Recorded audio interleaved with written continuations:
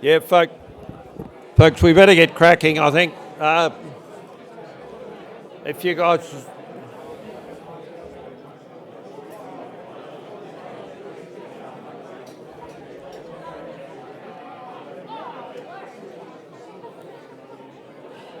Yeah, a couple more down that end. Could someone give them a nudge, please?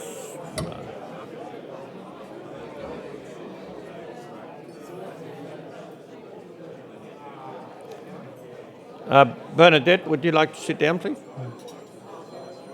It always helps when you name somebody. Everyone else goes, whoop. All right. Very warm welcome, and great to be back at the establishment here for another mining club lunch.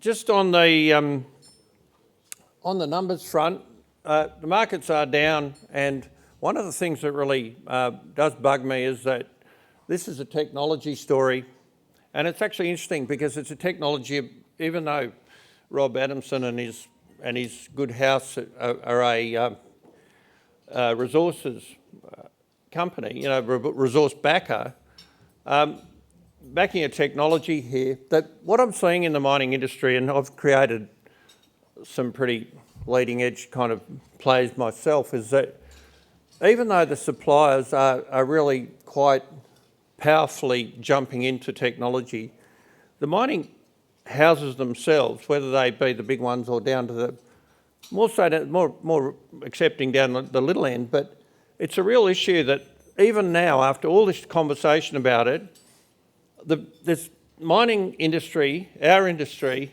is still pretty much a dinosaur in grabbing new things or experimenting or taking a risk and developing and going all out to bring about a new face for our industry. Now, suppliers, and what stories we'll hear today are successes, but it's not. Even people like that have trouble marketing to them. Rob might even have a story for us, but people are having trouble selling the future to the mining industry still, and I don't think that's anything to be proud of. I've been on the tough end of that, and I think that in your conversations around when you're talking to the industry, there's nothing much to be proud of in terms of their readiness to jump on board and do things new. Oh, driverless trucks, Okay, so Caterpillar gave you a call and you've got a driverless truck now. Did you innovate? Well, they did, Are they the mining industry? Well, I think they're the automotive industry. What are we doing, So it is something that pretty evidently I have feelings about. But it's just worth saying anyway, because we do have some great stories today. On behalf of our patron Trevor Sykes, who is still looking after the wonderful Daya Sykes, his bride. They're a great pair, those two, and Daya has been infirm, and the loyal Trevor has been by her side for quite a long time. We haven't seen him. I always remember him at the opening here. I want to just do a usual run around of the sponsors to thank them one at a time, if you just give me your attention. CRE, that was a mistake. CRE is an insurance firm specifically for mining industry. AMAC, we know, the Association of Mining and Exploration Companies. APM Graphics. Fender Geophysics, great local geophysics firm. TEAS, the name that doesn't need any explanation. New South Wales Minerals Council. The mighty Bear Dolbear and AME Group, our major sponsors and cornerstones and great friends. Researchers at Service, Finola Burke. Ioneer, Bernard in his Nevada lithium company. CRU, RFC Ambrian. Veritas Broking guys, so of course you all know them well, the Reynolds sisters, the brothers, sorry. And Taurus, so Taurus Funds Management. So they are, and of course we're going to hear from Rob Adamson, who is the leading light of RFC Ambrian. I don't know if I mentioned to Rob that he's coming up here, but he is. So they're our sponsors. Please always, when you see them, thank them, and better still, take them your business. So next month we've got SR2, which is the spin-off exploration company that came off when the Nova Bollinger went to IGO. We've got Gascoigne and Xanadu. That'll be the evening series, but 3 really strong stories. I'd just like to also introduce Graham Cartwright to you. Graham, whereabouts are you, Graham? I can't see. Do you want to just, there you go, get vertical for a moment. Graham Cartwright has kindly offered to assist me in the chairing duties of the Sydney Mining Club. It's very welcome help. I'm actually building a project up in North Queensland where I'm spending more and more time. It's mineral sands, but for rare earths and tin metal, so with a very large volume, long mine life story. So that's taking a lot more effort at the moment. So I'm up in FNQ a fair bit, and Graham you'll be seeing more and more of as he chips in. We'd really appreciate it because it's still volunteer driven after all these years. Now, I was asked if I had any current affairs matters by John McIntyre. One thing that is up my nose at the moment is that BHP, Rio and Glencore have all donated $2 million to the Yes campaign. Now, last time I saw them interfering with politics in Australia was over the RSPT, and they pulled the ads, the mining tax ads, two weeks before the election in which Julia Gillard scraped in, and that was with their help. They pulled those mining ads. I don't think it's the role of big miners to interfere with Australian politics, and I don't think they win any points among us miners by doing this sort of thing. It's clearly a point-scoring exercise of some sort. They don't say if they're representing the shareholders. They don't say if they're representing the employees. They don't say if they're representing the board. And if it is the board, they should say how many were for and how many were against, like a High Court decision. And if it's just the ESG department coming up with a bright idea, then they should also declare that. I think it's completely inappropriate for them to be playing this sort of folly in Australian politics. And last time, it could be argued they actually gave a good hand to Julia Gillard, who might have scraped. Remember, she lost by. It was only by getting those Windsor, the guy from Tasmania, and that Oakeshott together that she actually was able to form a government. So it's only the thickness of the paint. And there they were. They let her off the mining ad. So I don't think those three have really got to sort their act out and stick to digging holes in the ground. Yeah, thank you. That's 2 subjects I've exhibited feelings about. No, I think it's really important for us all to keep our heads in the game with current affairs because everyone's pretty affluent at the moment, and even though the markets aren't hot, there's a bit of comfort around, and it's good for us to keep these subjects alive. And long live the No campaign, terrible divisive thing, and I really hope it goes down in flames and never rears its head again. So, Rob, would you like to come up? I've openly expressed my... get up here. I've openly expressed my admiration to RFC Ambrian for backing new technology, and we have deep philosophical discussions about, they mightn't be that deep, but they're philosophical, about technology, about development, these sort of developments. And Rob, would you like to take the show from here and give me a break? Happy to. All right, great, go for it. And I'll be really brief. So most of you are familiar with RFC Ambrian as an advisory shop, but I guess for the past 7 or so years, we have been venture builders in the tech space. So we first got the bug when Nick Cutmore and Tony McClellan and James from CSIRO wandered into RFC Ambrian and said, we've got this great technology that can do away with fire assays. And I looked at it and I remembered my days with Anglo American on a Monday morning when we were talking about the last 2 weeks of production. And it would always be, you guys from underground sent up 6 grams per tonne. And we go, no, we set up 7, you lost it in the plant. And there would always be a shit fight, and it was never resolved. And you're always looking in the rear vision mirror doing gold reconciliations. So I thought, if there is anything that can do assays really quickly and accurately, that's got to be a no-brainer.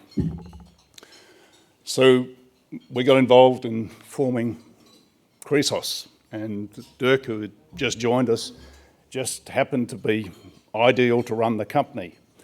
So Chrysos, of course, being the Greek god of gold, wealth, well-being, we just employed someone that had assay experience, was very smart, young, energetic. His father was a great entrepreneur and legend in the mining industry. And his name was Dirk More Treasure. So he was destined to run it. So roll forward, we thought this has got to be a no-brainer. So raised money from friends and family, put the first bits of kit out. And it was around about that time, went along to Ronnie Sayers, I knew from Kalgoorlie, and said, Ron, this is a good idea. He goes, shit, yeah, Rob, that's a good idea. We'll take a couple. I thought, this can't be too hard. Then ran into Robin Bannerham from Melbourne University, and he said, the average adoption time for new technology in the mining industry is 15 years.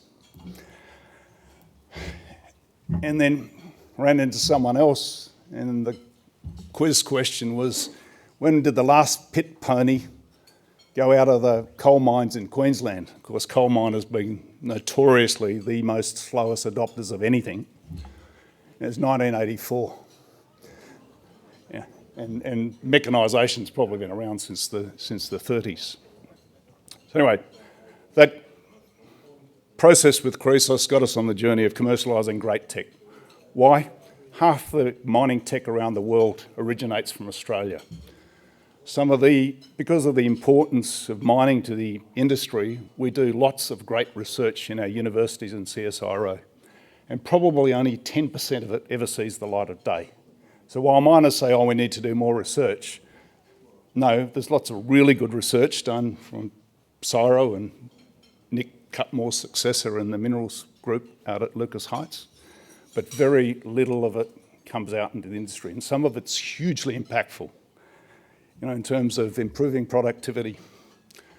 And with the METS industry around the world, when we focus on mining, and we're lots of listed mining companies in Australia, but the METS sector actually employs more people than the mining sector. Yet we have very few METS champions. So I pushed with Julian to spread the good news, because I think Chrysos is a fantastic story, and I also think Imdex is a fantastic story, because they've taken what was a drilling mud business and applied lots of smarts, and it's about getting better ore body knowledge. So everyone in the industry, you go along to conferences and says, oh, let's talk about machine learning and digital twins. If you've been around the industry for a while, you know that most of the data you get in the mining industry is garbage. So anything that improves that has to be a very good thing. So I'll now hand across to Paul, who I think's done a fantastic job of building Imdex into a global leader in terms of ore body knowledge and data. So thanks, Paul. Thanks, Rob.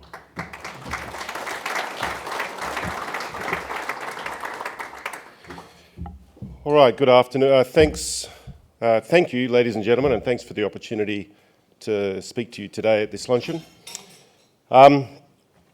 Today, I just need to make sure I've got this right.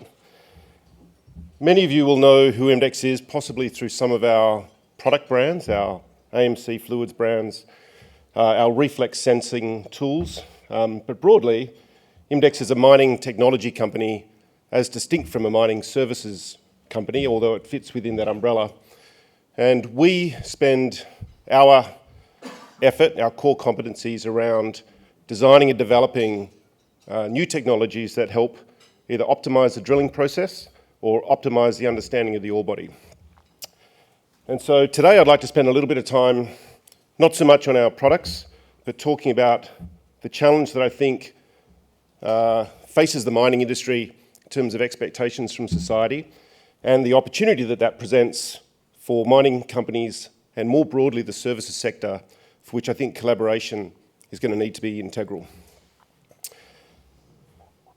Broadly, society has reached a really interesting tipping point. It is well understood that around the world there is a strong demand to decarbonise. The drive towards net zero is fairly well understood in most countries around the world and in most generations. As a result, that realisation has now been made that the mining industry is essential to the achievement of that societal goal. With that realisation then comes an expectation that the mining industry can rise and will rise to meet that challenge. The dependence on critical metals in particular and the mining industry's ability to supply them is the only path to achieve that broader societal goal. And there is no plan B, or if you have teenage children like I do, there is no planet B. The wider series of trends that are attacking the industry today are multifaceted. We are seeing shifting consumer patterns around the world, normally in times of economic uncertainty, and we experienced those recently through COVID and more recently today.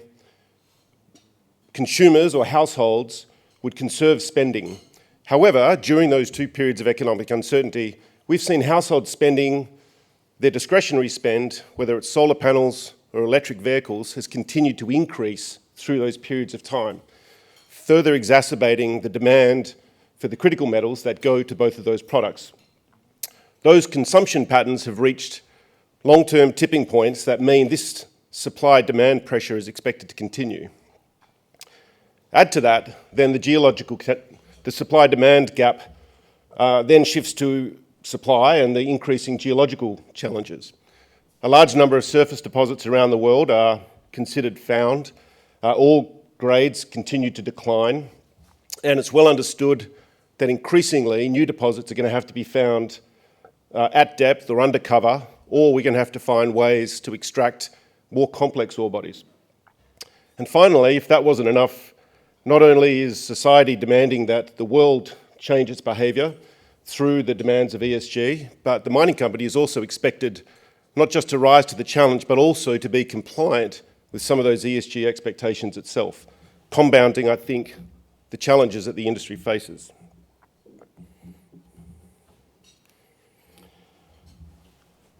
So we all know that critical metals are critical to this transition. There's a well-worn cliche that says everything we consume is either farmed or mined, but cliches exist for a reason, and that is that they tend to be true. It means that agriculture and mining, to me, represent two of the most noble professions on the planet.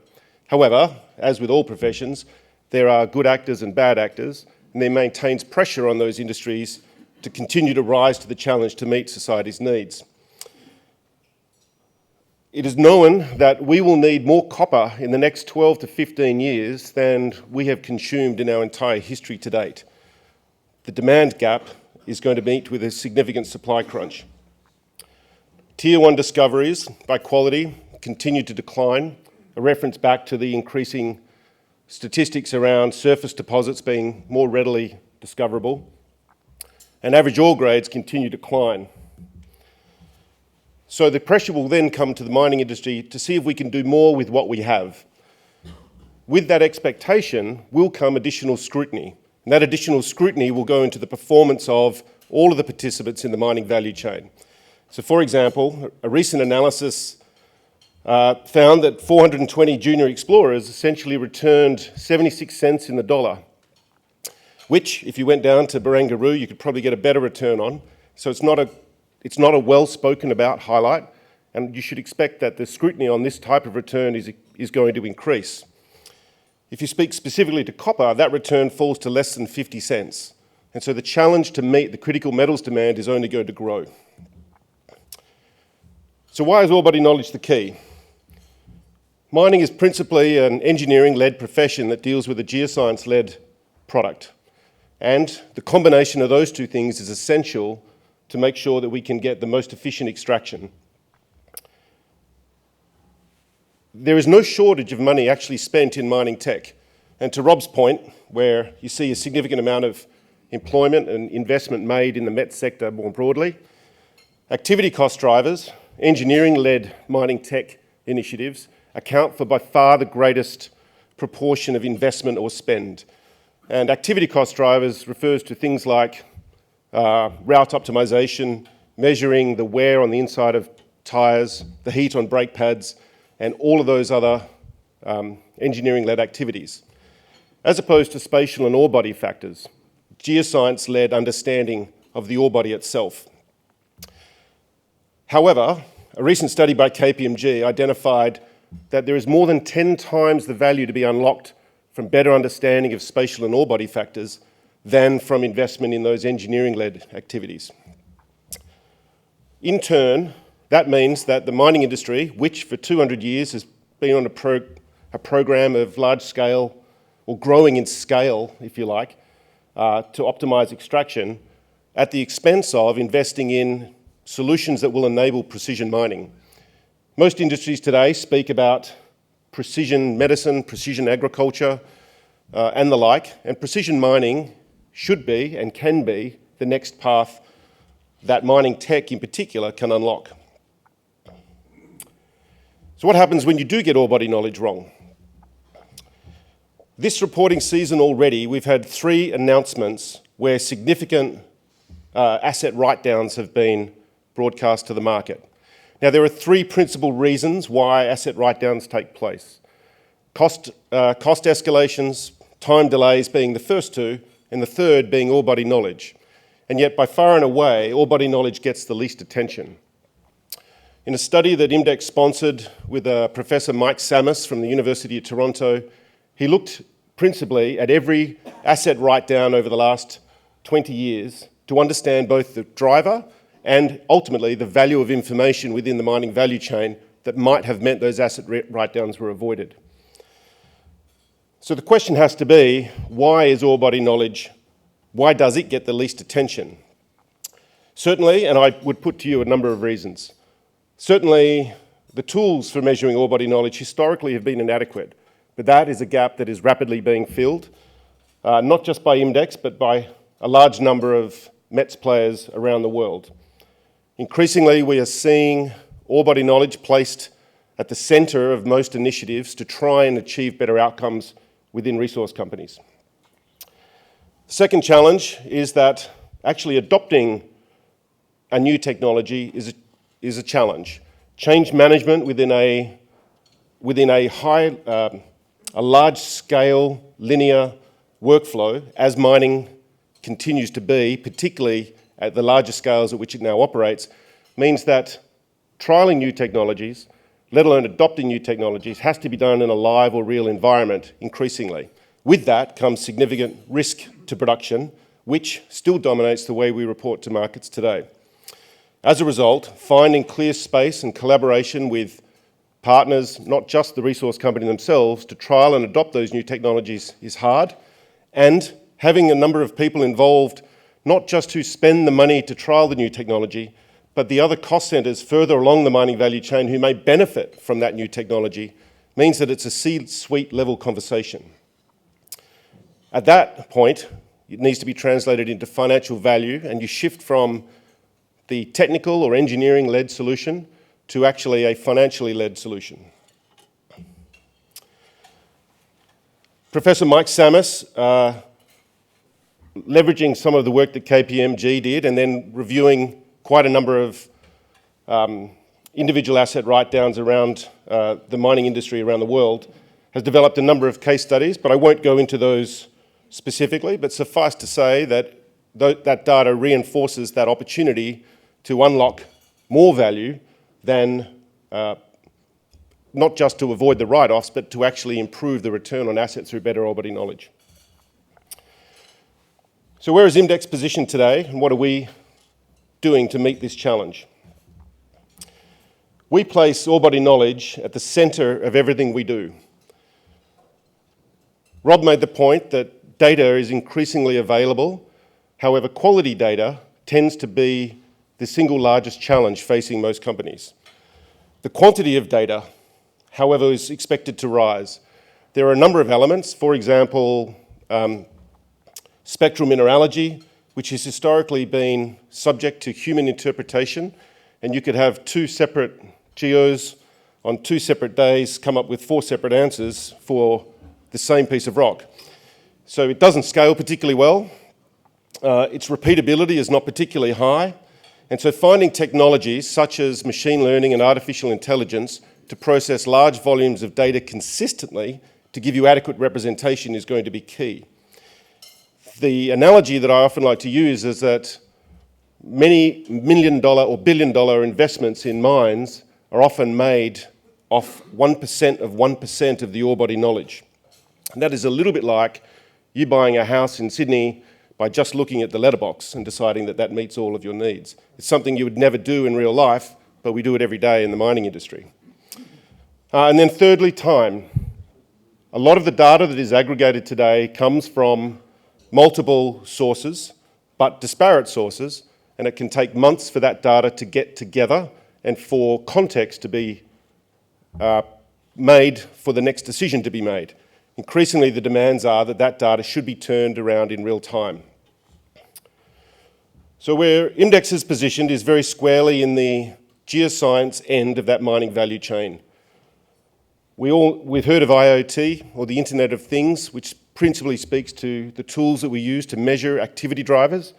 The Internet of Geosensing is Imdex's position around developing the tools to measure the ore body rather than measure the machine. So what is that going to look like as a challenge for the industry? Not just Imdex's sensing technologies, but increasingly all sensing technologies, including Chrysos's, which you'll hear about in a moment. For a single drill hole, historically you can collect up to 5 gigabyte of data. That is increasingly looking like 1 terabyte of data per drill hole. Instead of collecting 3 data points, you're collecting upwards of 200 data points. And instead of waiting months to get that data returned to you to be useful, it is now expected to be returned to you in hours and with context to other data sets. Recently, Rio Tinto spoke at a conference where they highlighted this exact challenge at their Winu discovery. And the expression they used was a tsunami of data that looked at all of the information that they had demanded and was now coming in, but their inability to filter it for quality, to get the right scale across the entire ore body, and to then be able to make a decision in real time about what they should do next. As a result, Rio Tinto has been a very close collaboration partner with Imdex as it seeks to work out ways to find those solutions. The point earlier that you could plot innovation and adoption on a bell curve, I think, and historically organisations like Oz Minerals and Goldfields, Teck and Anglo would have sat at the front end of that bell curve, and without speaking ill, but the BHPs and the Rio Tintos would have sat at the back end of that bell curve. Today, that bell curve is fast compressing, and companies are investing heavily to move up to the front of it. But I would say that we are only just at the very beginning of that journey. We have a long way to go. And whilst there is a will, understanding what it takes to actually collaborate truly, as other industries do, still has some journey to travel. So once you have large amounts of data, and you have large amounts of quality data, you need to process it. So the software and AI tools that the rest of the world has available in other industries are available to the mining industry, should they choose to adopt them. The ability to make real-time decisions is increasingly available. However, being able to line up your workflows to act on those decisions is going to be the next challenge. If you had that information, not only could you protect asymmetric downside risk that leads to some of the asset write-offs, but could you actually change the way you prosecute the ore body day to day and get a more efficient extraction? At Imdex, our investment in BlastDog as a solution is an attempt to directly deal with this challenge in the mining production phase. BlastDog is DOG stands for Driller Operable Geophysics, just to be clear. It is a multi-sensing logging tool that seeks to extract magsus, gamma, location, temperature, water depth, hole physicals, and a number of other things besides, resistivity, conductivity, and provide that data back in real time so that either the mine plan can be optimized, the next bench can be redesigned, the drill and blast crew can optimize the load of the hole, or where holes need to be re-drilled, that too can be done. What is the impact of that?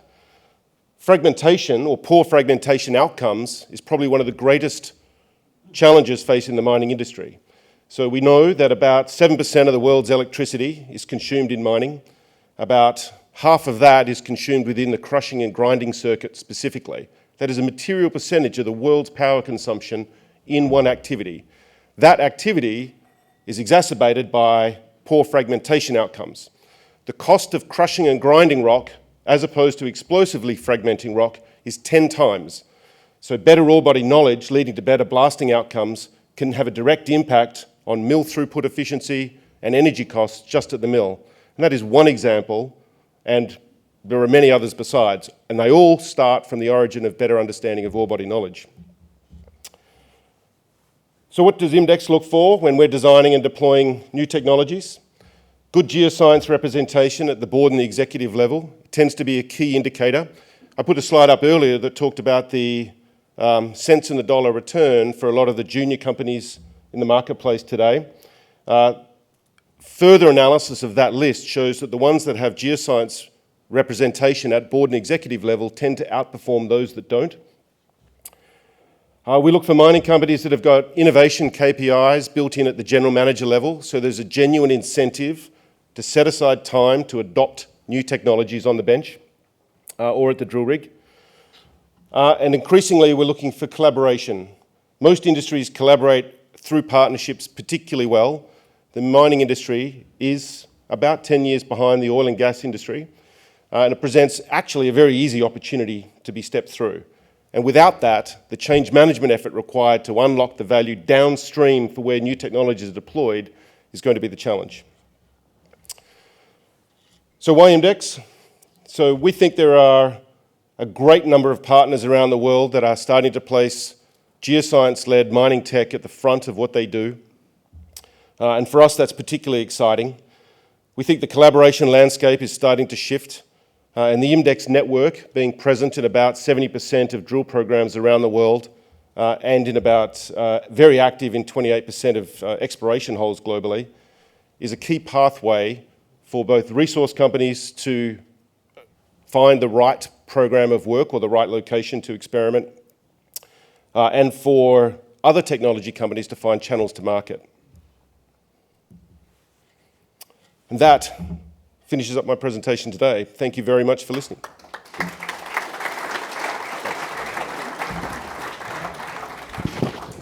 Yeah, great. Thanks, Paul. We will take questions at the back end. Dirk, if you'd like to come up. Where are you, Dirk? There you go.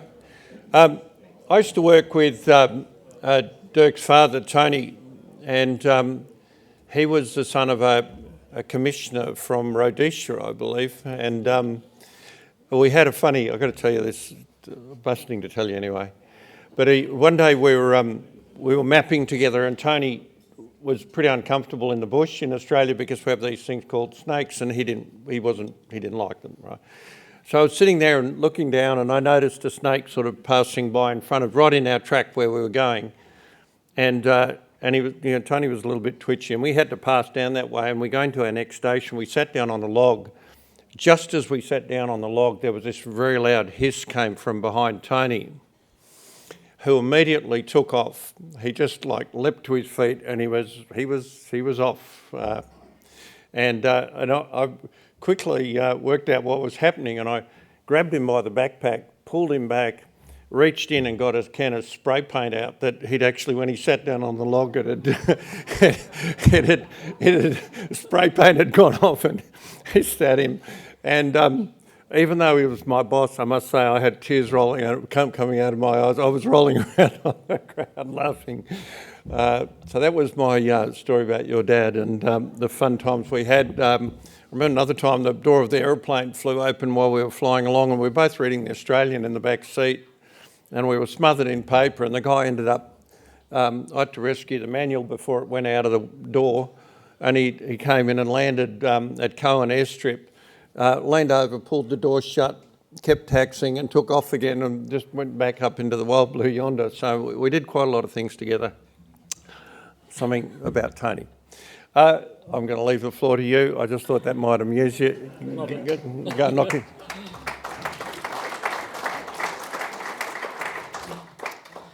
Thank you very much, Julian, and it's a real pleasure to be back here. I haven't been to a Sydney mining club in about 5 or 6 years, so it's good to see the old faces and also plenty of new ones as well. And as you can tell from that story, mining kind of runs in my blood. Taking on from my father, who was certainly in the mining industry for 40 years and also a big advocate of technology. I don't think that I could ask for a better preamble to coming up here today and telling you guys about Chrysos and PhotonAssay and what we do. You know, we understand in this room the challenges in the industry, the challenges in METs. One small counterpoint, I think, to a point that Julian raised before about the adoption of technology. While we're not necessarily first movers in the mining space, we are very fast followers.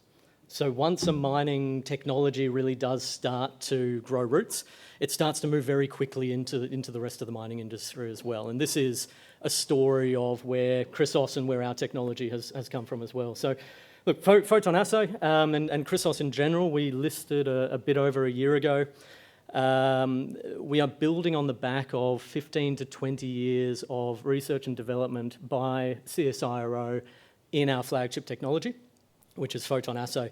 And that's a gold analysis technology that we're rolling out around the world to replace the historic analysis method of fire assay. So ubiquitous across the industry, whether you're in exploration, whether you're trying to define a pit model, you're in grade control, you're through into process, through to selling a final product at the end of it. At every step through the mining value chain, you need to have analysis, because you need that to be able to make any of these decisions that we're talking about. Paul made some excellent points there around use of analysis and the idea that there's now all these hundreds of different data points. But for a lot of miners, it actually still remains very simple. It's what is the grade of my target element at any particular stage through my processing. And that's what we provide in the gold space, and expanding beyond that into elements that co-present geologically with gold. What is PhotonAssay and what is the technology that I'm talking to you about today? So we are bombarding samples with X-rays. We're exciting the gold atoms inside these samples. And we're actually rearranging the protons and the neutrons within the nucleus of the atoms and creating what's called an isomeric state. When you stop bombarding it, you take it away, and these atoms then relax back into their standard state, and we can measure very specifically gold atoms as they relax back into their standard state. As we do that, we're effectively atom counting the number of gold atoms in a sample. So a sample can be presented to us as a typical pulverized sample, but you can literally cut the end off a drill core and put it into one of our sample jars and run an analysis. Completely insensitive to matrix, to mineralogy. It doesn't matter if it's an oxide, a sulfide, et cetera, et cetera. So this is effectively how the technology works. We're replacing a technology or a technique that is 2,500 years old. So you can imagine that there's a lot of low-hanging fruit there of, new modern age X-ray technology replacing quite a complicated pyrometallurgical technique. One of the ones that I want to highlight just while we're on this slide is really around health and safety in the industry, and particularly around lead contamination. So in fire assay uses, and you'll hear me talk a lot about the relationship or comparison between fire assay and photon assay. Fire assay uses powdered lead. What that means is that you have lead in direct contact with people, you have vaporized lead through the process. As you heat it up, you melt it down, and effectively you end up with all of your operators getting some degree of lead contamination in their blood. Now, the WHO has come out and said that there is no safe level of lead contamination at all. So this is actually causing irreparable harm to all of the operators in the industry when it comes to operating a fire assay. But why do we do it this way? Because there's never been a better way to do it. I was in a laboratory the other day, no names, but in a laboratory the other day touring with my chief people officer, Kim Boland. Absolutely fantastic. A female, if the name doesn't give it away. She wasn't allowed in the fire assay room of two of our largest partners because of this potential for infertility and lead contamination, this sort of thing. So photon assay, huge success in that department, really ticks an ESG box with regard to safety. We want to drive that women in mining side, we want to drive that safety in mining, and it's a technology that literally enables the industry to do things it's never done before. Specifically then in the, I guess, quantifiable aspect of the industry, I think that there are a lot of companies, and again, Paul used the sort of the bell curve analogy of where different companies sit, and in particular groups like Goldfields have been right at the top and winning prizes in ESG, and that's been a significant focus. But I think in the mining industry, it does really still come down to dollars and cents. You know, you've got to build a quantitative value proposition to be able to sell a new product. And that time required, Rob referenced 15 years before to really commercialise a technology, that time is all about proving a value proposition to the industry. We get a little bit of a free kick at that because we're replacing something the industry already does that is non-discretionary to the industry at roughly the same price. But all of these benefits here are directly impacting the industry as well. So the fastest I've ever seen a fire assay done, and I'm a metallurgist by background, is about 6 to 8 hours. The fastest I've seen a photon assay done, 2 to 3 minutes. The ability here to drive real-time decision-making for a process plant control, looking at things like reducing reagent consumption, improving recovery of gold in these process plants. Brief analogy is, back in the 1970s, and maybe some people in the room remember this, back in the 1970s, we actually had Outokumpu bring online XRF into the copper market. And there was a more or less immediate 3 to 4% recovery improvement when it came to copper in flotation. And these days you wouldn't build a flotation plant without that on-stream analysis capability. I'm not saying that there's a 3 to 4% recovery improvement here for gold, but even something like 1% in a 100 kilo ounce per annum mine is a $2 million US saving to that mine on an annual basis. So huge low-hanging fruit here. Sample size, and talking again about the different types of things that appeal to different sections of the industry. Geologists, really about how do I get the data that is more representative of what's going on in my ore body, that ore body knowledge piece. What is actually happening here when I'm doing my infill drilling? I'm taking my 14 kilos of material to the lab and I'm saying, tell me what's in this. Typically, a fire assay, if you're running carbon samples, is 1 gram. If you're running sulfides, maybe you're between 5 and 10 grams. If you're running oxides, maybe you're between 30 and 50 grams. Every one of our samples is going in between 350 and 500 grams. So you've just got a better representativity of your original bulk sample that really lends itself to better analysis. In addition to that, I commented before that we're agnostic to matrix and agnostic to the type of material that comes to us. So we can run wet slurries, we can run crushed material. Now, crushing through to pulverizing, again, for a geologist perspective, when you move to pulverizing a sample that has native gold in it, you actually smear that gold.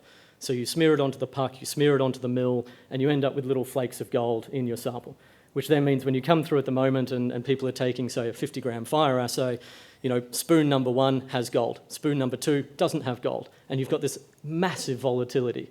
You're then trying to use this data, and often people are only taking 1 fire assay at a time. You're trying to use this data to make billion-dollar investment decisions on what's going on in your ore body. by having better data, and again, I couldn't have asked for a better preamble here, because literally by having better data, you can just make better decisions. For every sample that we run, we actually reduce carbon dioxide emissions by about half compared to fire assay. And as we roll out our technology around the world, that becomes more and more impactful. So for every fire assay that we replace with photon assay, we've got a free kick there when it comes to carbon dioxide emission reduction. Just into what are some of the cool things to quantify here what people are actually doing with this technology. When I say it's an enabling and disruptive technology, what does that mean? So you've got the speed, you've got the idea of real-time decision-making, driving particularly into the metallurgical processes, those benefits around geology. But there's also things here that we're seeing our customers unlock that literally just haven't been available before. So Novo Resources came out the other day talking about their drill campaign up in northern Western Australia. And what they're doing in that drill campaign is coming directly off a drill rig with their RC sample, straight into a photon assay jar, straight into one of our units. Now, if you look at the overall cost of analysis for a miner, the sample preparation can make up 30% of the cost of analysis. So straight away, you've reduced the number of unit processes, the opportunity for human error, but also importantly, you've reduced the cost to the miner by opening up these different applications of the technology.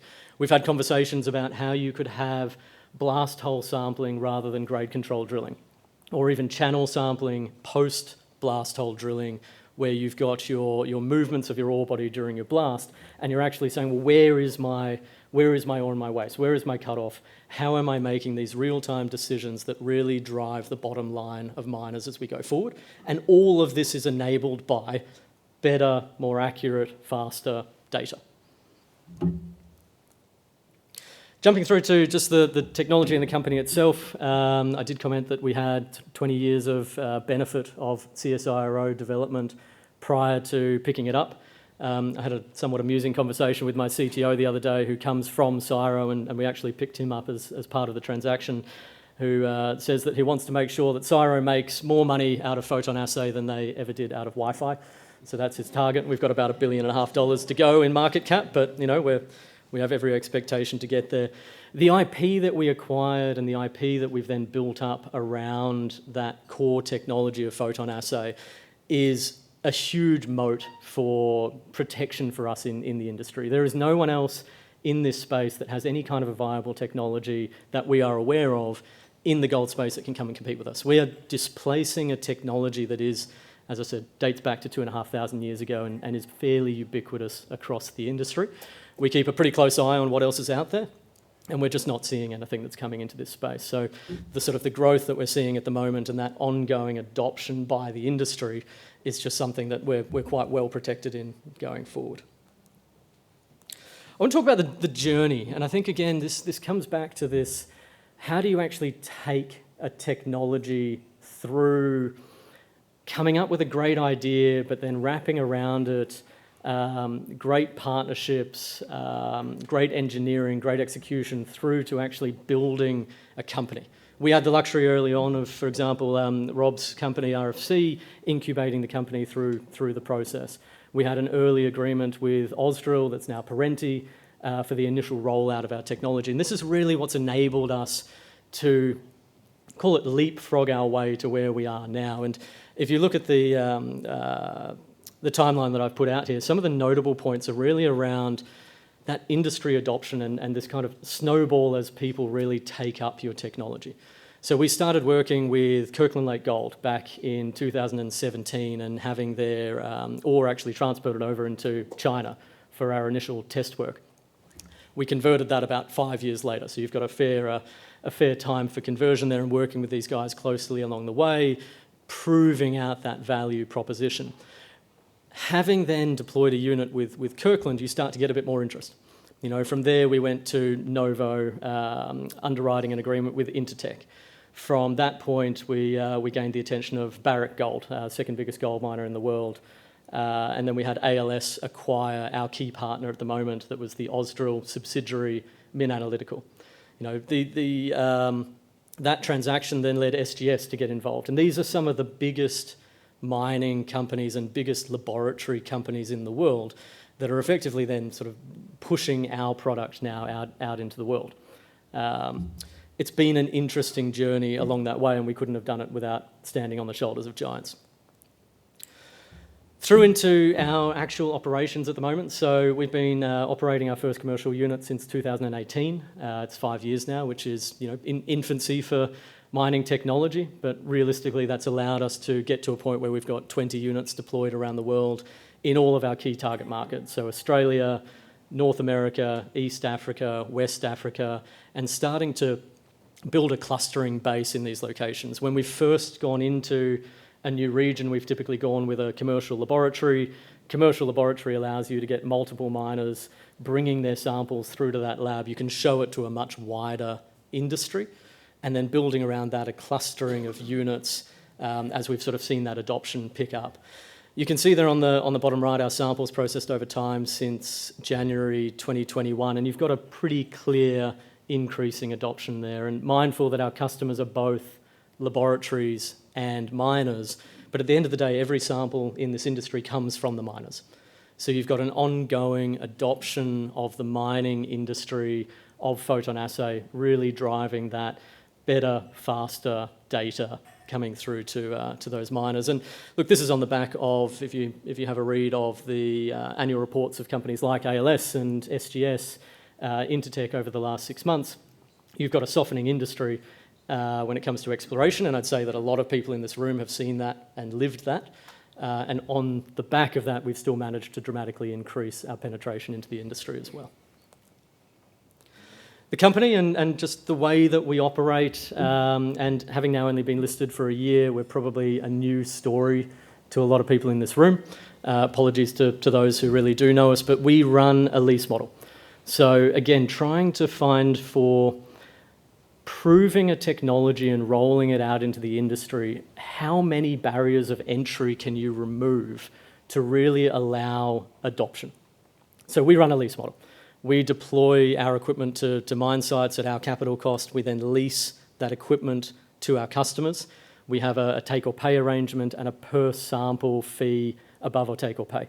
So that means that we have an ongoing revenue stream, but more importantly, when we go and talk to a miner, we say, we'll deploy this to you for free, and effectively you're paying us as you use it.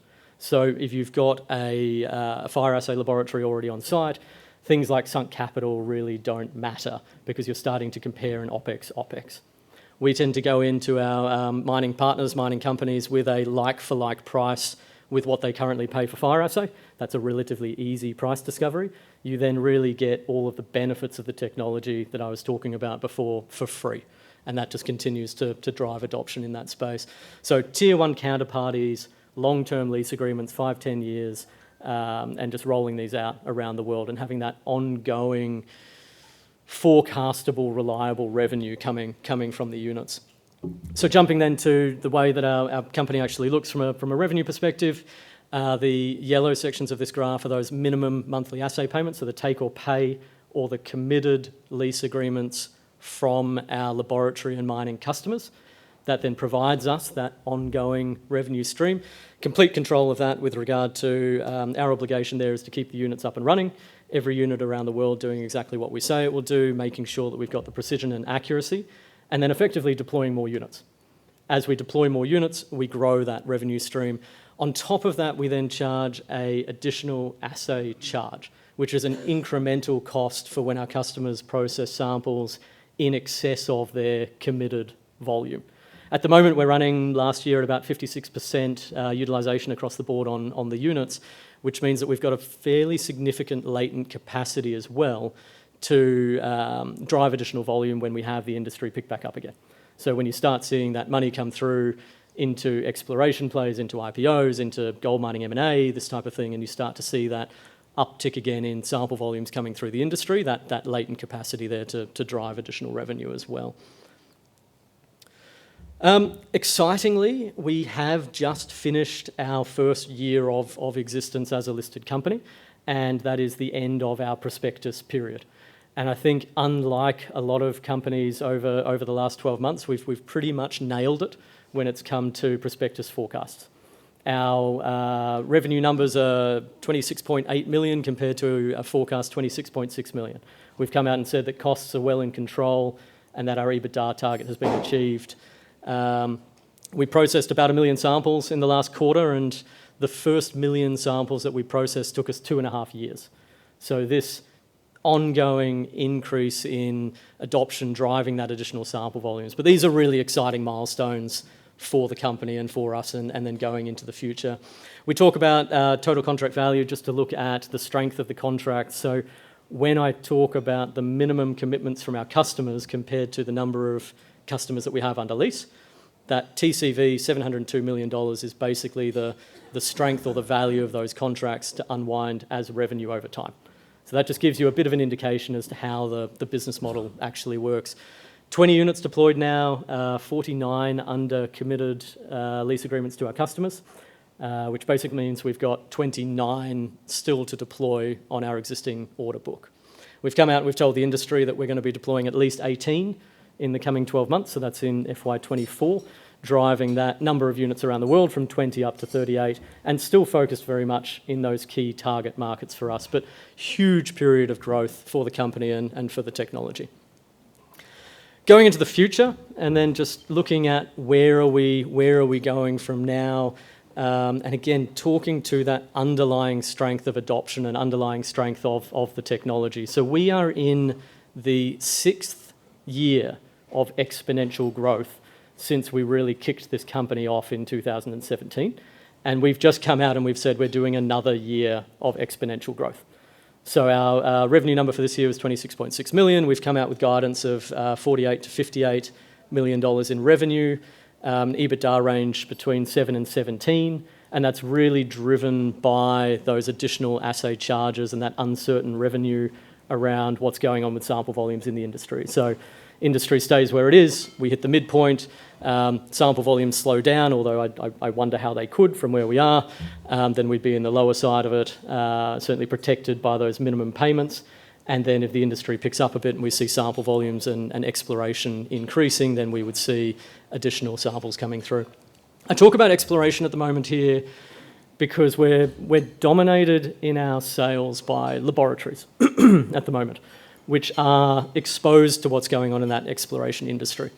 As you move more and more into miners, you have more and more certainty around the number of samples and the committed volumes coming through from those miners as you go forward. Miners typically operating 5, 7, 10-year exploration programs. There's a little bit of shifting in there, but typically there's a lot of a much better understanding of what's going on a forward-looking basis. So the company is slowly moving toward deploying more and more of our units directly to mine sites, and that's where you really unlock those benefits of that fast turnaround, those improved recoveries, those reduced reagent consumptions by having the technology directly at site. It also feeds directly into, and again, commenting on Paul's presentation before, it feeds directly into this story that people want better data more quickly to make better decisions. And we are a big part of that going forward.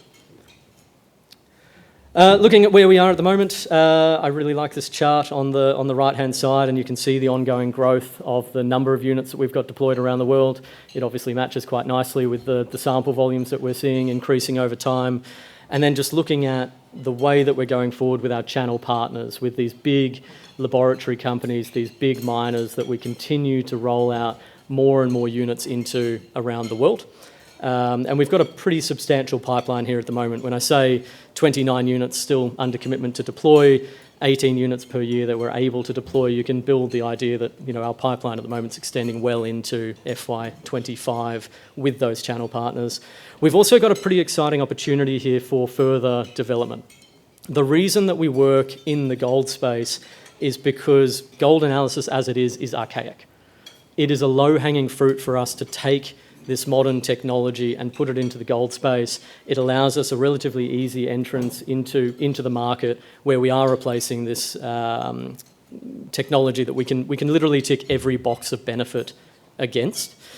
That doesn't mean that we're not applicable to things like base metals, energy metals, rare earths. So these other elements are a focus for us over the next 3 to 5 years. Right now, it's very much a story of within the gold mining space, how do we help gold mines analyse elements that co-present geologically with gold? You know, if you've got a porphyry deposit, you've got molybdenum, you've got copper. You've got a VMS deposit, you've got lead, zinc.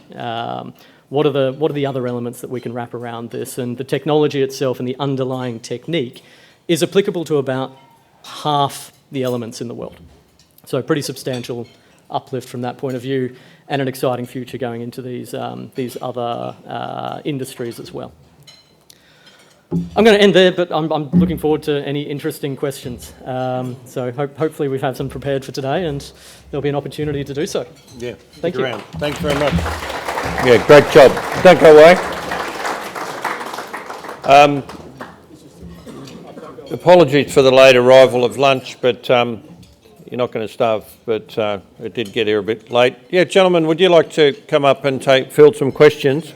Let me run through next month again. SR2, of course, that's the story that the two Marks, Mark Bennett and Mark Chrysos, Nova Bollinger, the great explorers. It's a $70 million company.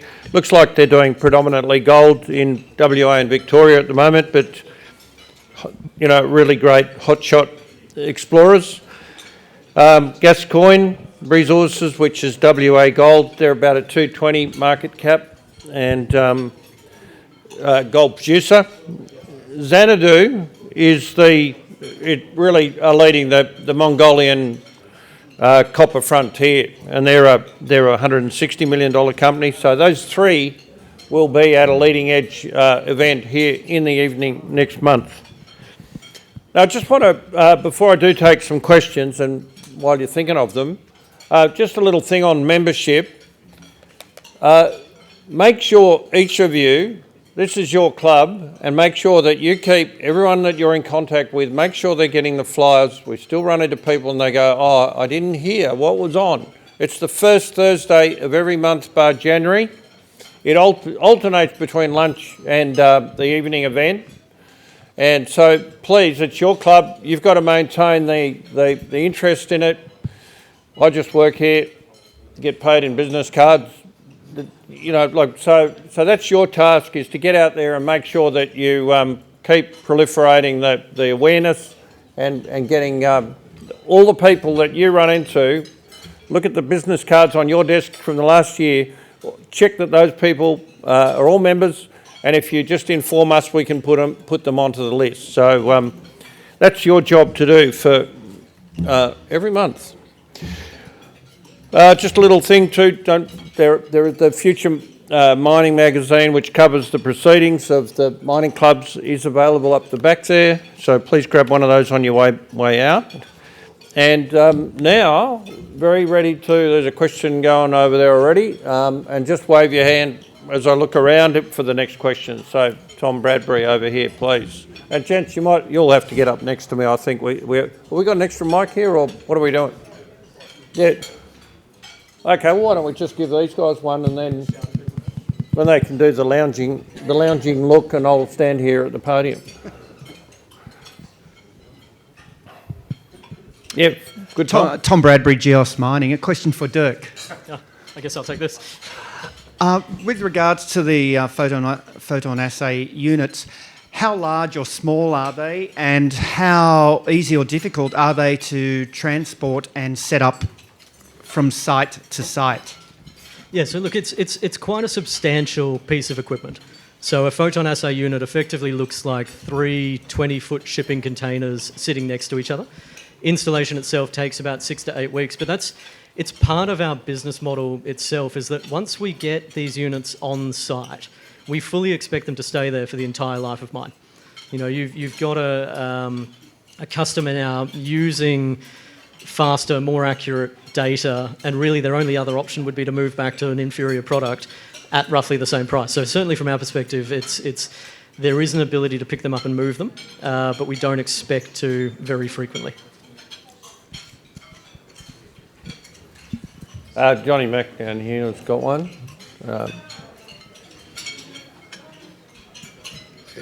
Yeah, thank you, Dirk. Oh, well, thank you both speakers, but Dirk particularly. We've seen one of these units. they're actually quite spectacular to see in operation, and I wish you had the video here, because I don't think people quite appreciate how fast these things are and how many samples you can put through them. And when you see one in operation and you see the samples queuing and going through and saying they're out and there's a printout, they're a very impressive unit.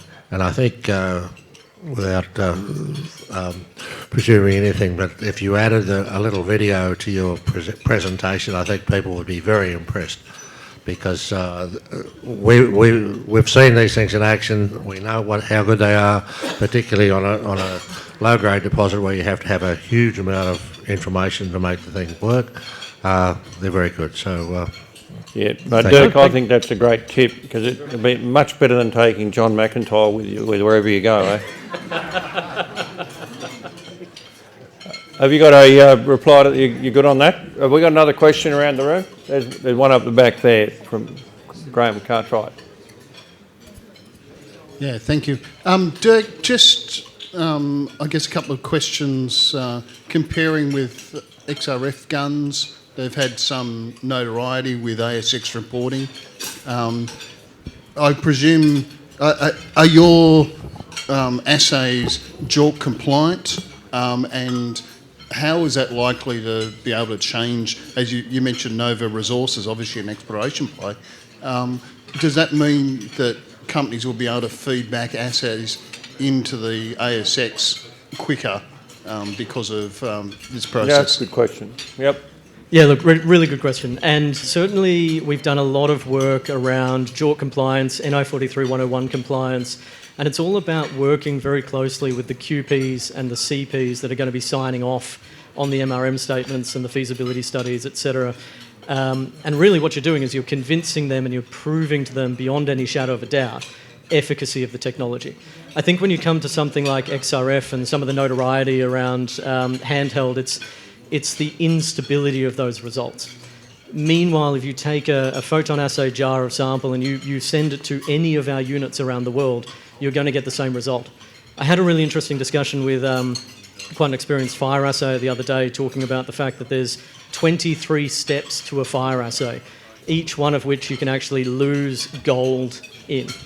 So the ability to run a fire assay and get a consistent result is almost impossible. Even the laboratories themselves, if you look in the laboratory manuals, they basically say that the quality of a fire assay differs depending on different laboratories, and you will actually get different results depending on where you go and who undertakes it. Even in the same physical laboratory, person A versus person B will get a slightly different result. Meanwhile, for something like photon assay, we're getting very consistent, accurate data. We've been able to prove that as part of the process. If you look pretty much at any of the JORC reports that come out in Australia at the moment, you'll find photon assay referenced in the back of it. And that goes for Google a gold mining company right now of a reasonable size, and you'll find photon assay referenced in their JORC tables.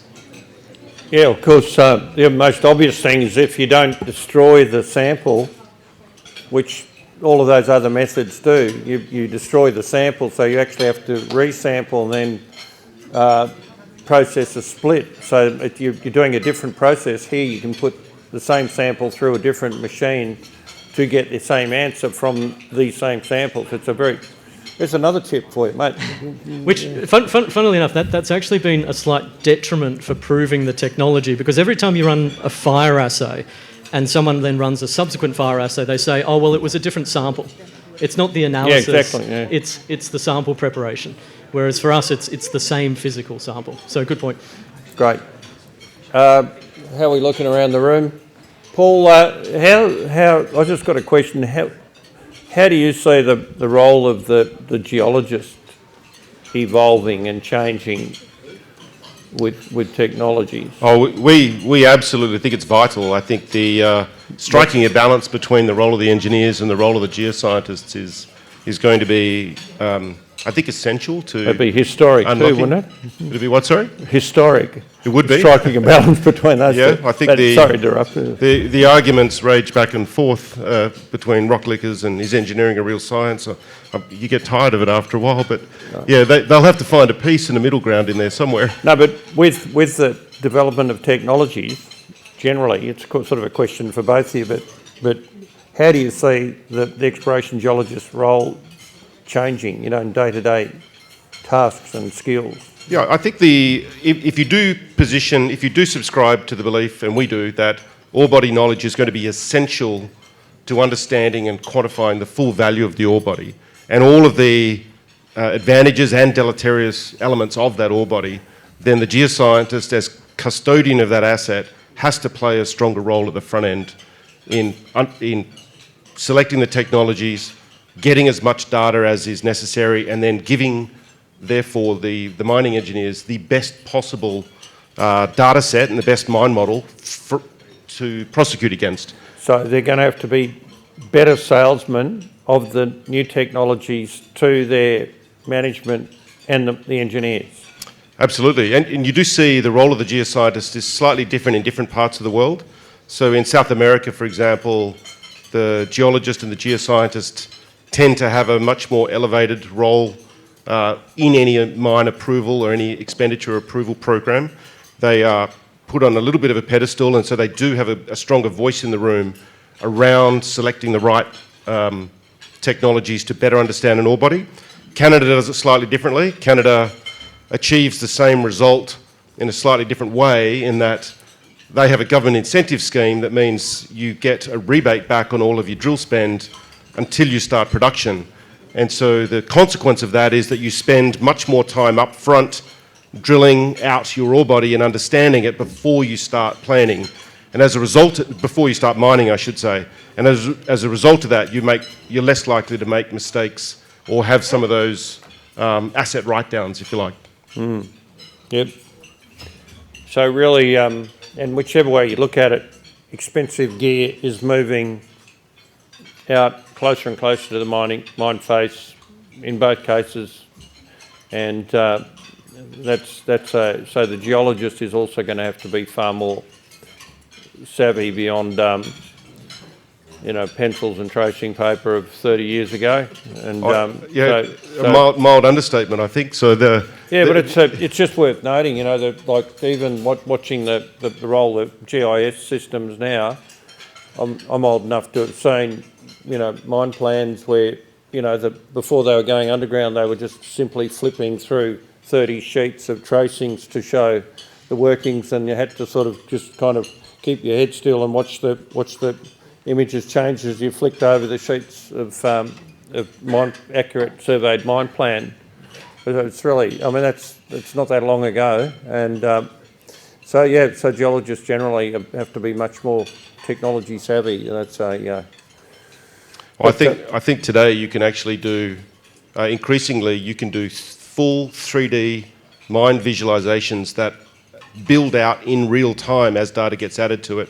And being cloud-based, you now don't even need to be at the mine site.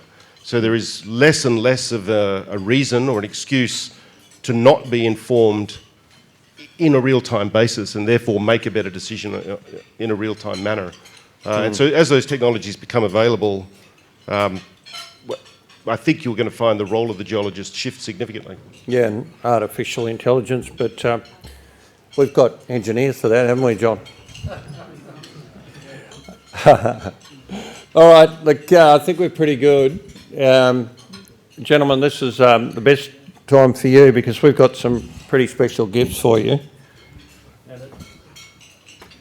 These are our traditional gift now. It is the beautiful Eureka flag, and it is made out of modern materials. It is our take of the original design. So it's a completely authentic article if you'd like to come up and receive these. They are a valuable piece. We want you to, it's not the CFMEU's flag. I've got it. It is a miner's flag. They're miners who died under this flag, and we want you to take it seriously. Put it in your front yard, in front of your office, and fly it with pride. Thank you very much. And Dirk, well done, mate. Yeah, good. We have got 3 here. I'm kind of thinking this might mean that Rob Adamson has to get one too. Where are you, Rob?